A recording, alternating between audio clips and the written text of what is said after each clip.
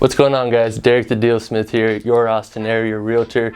About a year ago, I put out a video introducing a huge project that I had just started, and I wanted to take some time today to show you how that project went, show you some before and after footage, and share with you the 3 biggest lessons that I learned during that project. I had purchased a property that had 3 lots.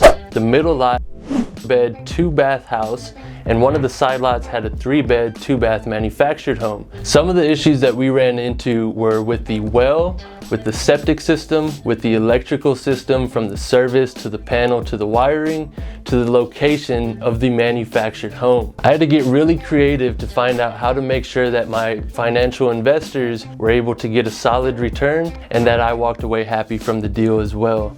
So what I did was I ran short-term rental numbers in the area using AirDNA, which compiles all of the short-term rental data in the area, and decided to move the manufactured home to the other side lot so that it could stand alone and become a short-term rental. For the main house, we added 2 bedrooms and 2 bathrooms to maximize the sales price. Once the short-term rental numbers are proven, I can then turn around and sell that property for significantly more once investors are able to see what it can bring in. So now for the most important part, the lessons that I learned. Lesson number 1 is never assume that everything was done properly before you got there.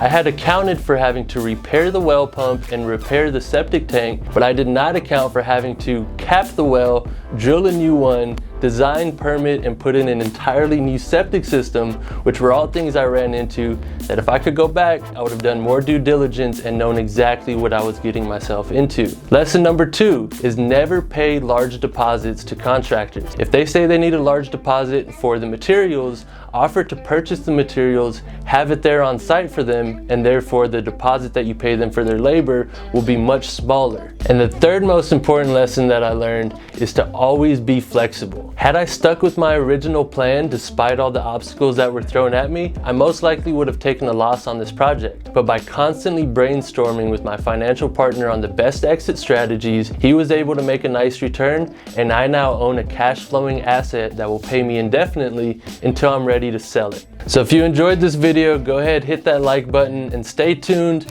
Make sure you subscribe because I'll be dropping a video about that short-term rental, not only walking through the property, but walking through the return once it's been on the short-term market for a while. So as always, guys, if there's anything that I can help you with in the greater Austin area, drop a comment, send me a message, get in touch. I'm more than happy to help. Till next time, guys. See ya.